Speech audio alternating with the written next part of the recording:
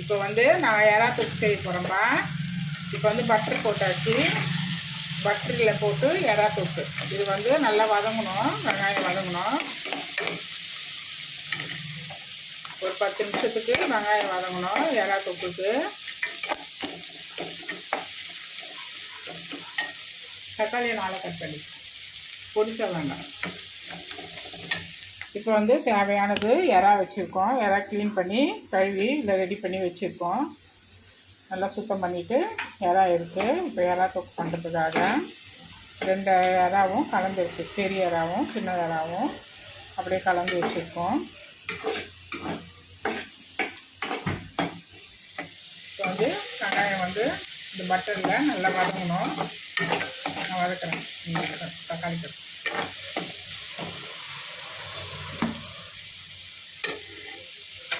இப்போ தேவையானது நம்ம இஞ்சி பூண்டு பேஸ்ட்டு இப்போ போட்டுக்கலாம். இப்போ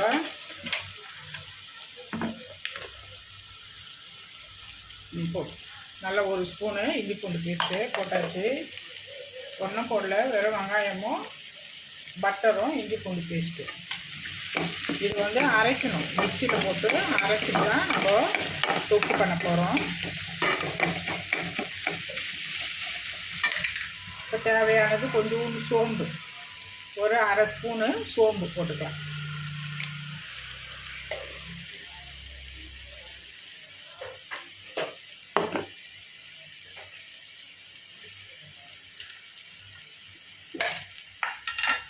இப்போ ஒரு 1/2 ஸ்பூனு மிளகுத்தூள் அதிலே போட்டுக்கலாம்.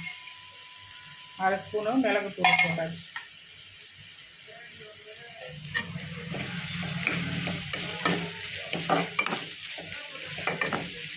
இப்போ நல்லா வதங்குதுப்பா.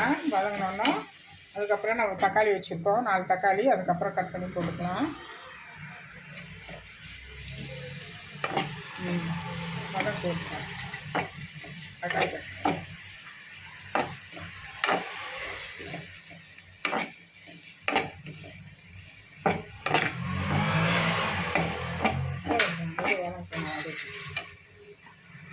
இப்போ வந்து தக்காளி கட் பண்ணிக்கலாம்.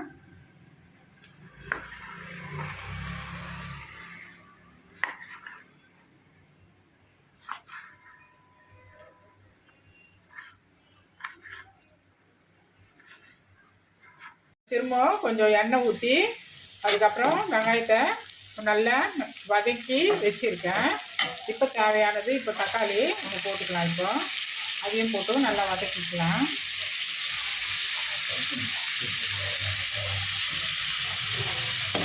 தக்காளி போட்டு இப்போது நல்லா வதக்கிக்கலாம். நல்லா வதங்கினோம்னா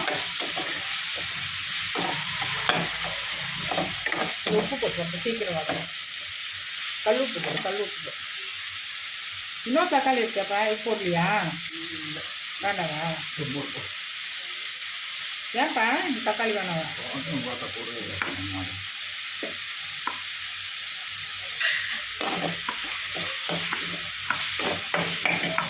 இப்போ தேவையானது இப்போ உப்பு போட்டுக்கலாம். போட எடுத்து வச்சு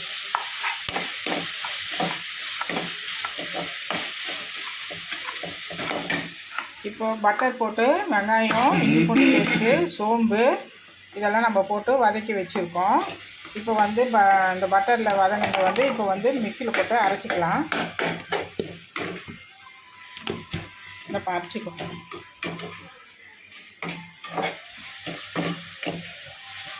தக்காளி நல்லா மேஷ் ஆகும்.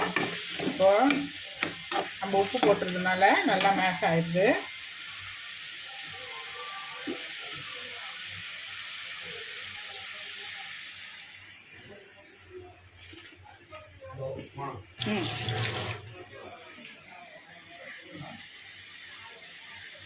மிளகாய்த்தூள் ஒரு 2 ஸ்பூன் போட்டுக்கலாம். காஷ்மீர் மிளகாய்த்தூள் நல்லா ஒரு 2 ஸ்பூன் போட்டாச்சு. இப்போ அரைச்சாச்சு. இந்த விழுதை பட்டரில் போட்டு நம்ம வெங்காயம் இஞ்சி பூண்டு பேஸ்ட்டு சோம்பு கொஞ்சம் மிளகுத்தூள் போட்டு நம்ம வந்து இதை அரைச்சி வச்சுருக்கோம். இப்போ வந்துட்டு இந்த தொக்கு நல்லா வதங்கிடுச்சு. இப்போது நல்லா கலர்ஃபுல்லாக நல்லா எப்படி வந்துச்சு பாருங்கள். இப்போ தேவையானது கொஞ்சம் கரம் மசாலா போட்டுக்கலாம்.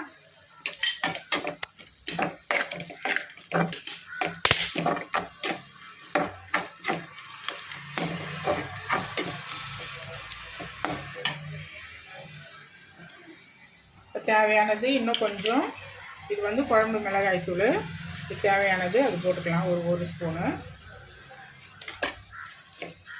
நல்லா காரமாக நல்லா இருக்கும், சூப்பராக இருக்கும் இந்த கிரேவி. எல்லாத்துக்கும் சாப்பிட்லாம். சப்பாத்தி, பரோட்டா, இட்லி, தோசை, சாம்பார் சாதம், சாம்பார், ஒயிட் மிளகாக்கிளி சாம்பார், ரசம், காய் குழம்பு எல்லாத்துக்குமே சூப்பராக இருக்கும். உப்பு போட்டாச்சு தானே, எல்லாத்துக்குமே செம்ம சூப்பராக இருக்கும். ஒயிட் புலாவுக்கு எல்லாத்துக்குமே நல்லாயிருக்கும் இந்த கிரேவி. இனி நம்ம அப்படியே என்ன தெரியுற மாதிரி இப்போ வந்து இந்த கிரேவியை, இந்த அரைச்சி வச்சு விழுதை நம்ம இதில் போட்டுக்கலாம். நம்ம முந்திரி கிந்திரி எதுவுமே கிடையாது. இது வெறும் வெங்காயம் தான் நம்ம வதங்கணும். வெங்காயம், இஞ்சி பூண்டு பேஸ்ட்டு, சோம்பு, கொஞ்சோண்டு மிளகுத்தூள் போட்டோம், அவ்வளோதான். வேறு எதுவுமே இல்லை. எல்லாத்தையும் போட்டாச்சு. இப்போ போட்டுட்டு இப்போ வதக்கிக்கலாம்.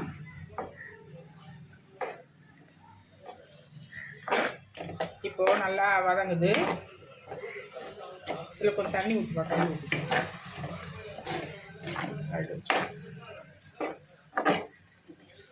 நல்லா கிரேவி பாருங்கள். நம்ம எந்த இது தேங்காயெல்லாம் எதுவுமே போடல, எவ்வளோ கிரேவி வந்துருக்கு பாருங்கள். வெறும் வெங்காயம் தான் போட்டோம் நம்ம வதக்குறது. அதுக்கப்புறம் வெங்காயம் தக்காளி எண்ணெயிலே போட்டு வதக்கிட்டு அதுக்கப்புறமா நம்ம இந்த மாதிரி கிரேவி பண்ணுறது. இது செம்ம சூப்பராக, செம்ம டேஸ்ட்டாக நல்லா இருக்குல்ல. கொஞ்சம் தண்ணி இப்போ இறாவை இப்போ நம்ம எவ்வளோ தேவையோ, இது வந்து 1 கிலோ இறா, இது நம்ம எவ்வளோ தேவையோ அதுக்கேற்ற மாதிரி நம்ம போட்டுக்கலாம். இப்போ வந்து கொஞ்சம் தண்ணி ஊற்றிக்கலாம். அப்போது கலந்துக்கு வேற போட்டுக்கலாமா? வேணுமா? அதில் வச்சு இப்போ இறா போட்டுக்கலாம். இப்போ தேவையானது இறா, இப்போ இறா போட்டுக்கிறேன். இப்போ 1/2 கிலோ இறா போட்டுக்கிறேன். 1 கிலோ இறா இது, நான் வந்து 1/2 கிலோ இறா போட்டுக்கிறேன்.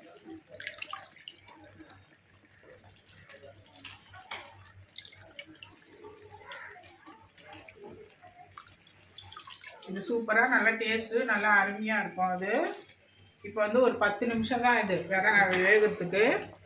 இது ஒரு 10 நிமிஷத்தில் நல்லா வெந்துச்சுன்னா நல்லா கிரேவியாக ஆகிடும். இது 10 நிமிஷம்.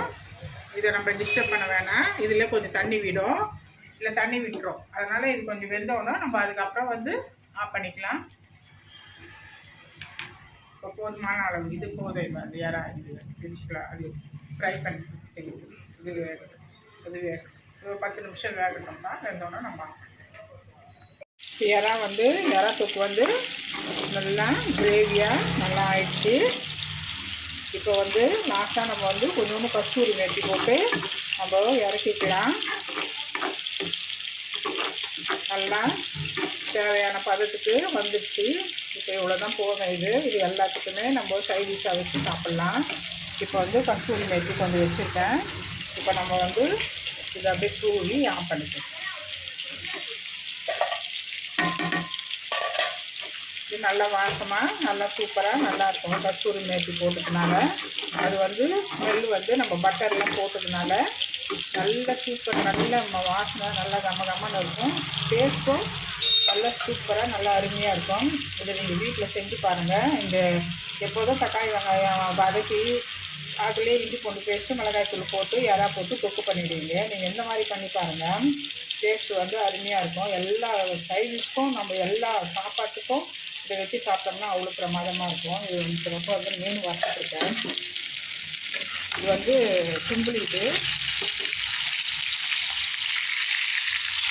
தும்புளி மீன் இது ஃப்ரை ஆகிட்டு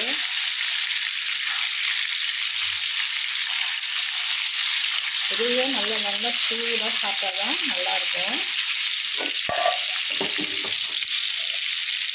ஃப்ரை ஆகிட்டுது, எல்லாம் ரெடி ஆகிட்டுது. எறா தொக்கு நீங்கள் செஞ்சு பார்த்துட்டு வீட்டில் எனக்கு வந்து மறக்காமல் சப்ஸ்கிரைப் பண்ணுங்கள். தேங்க்யூ. வெள்ளை சாதம் இருக்குது, மீன் குழம்பு இருக்குது. அவ்வளோதான் இன்றைக்கியோட மதிய சாப்பாடு. ஒயிட் ரைஸு, இதில் மீன் குழம்பு இருக்குது. அவ்வளோதான் இன்னையோட சாப்பாடெல்லாம் இன்றைக்கி ரெடி ஆகிடுச்சு. இன்றைக்கி அவ்வளோதான், மீன் குழம்பு ரெடி ஆகிடுச்சு.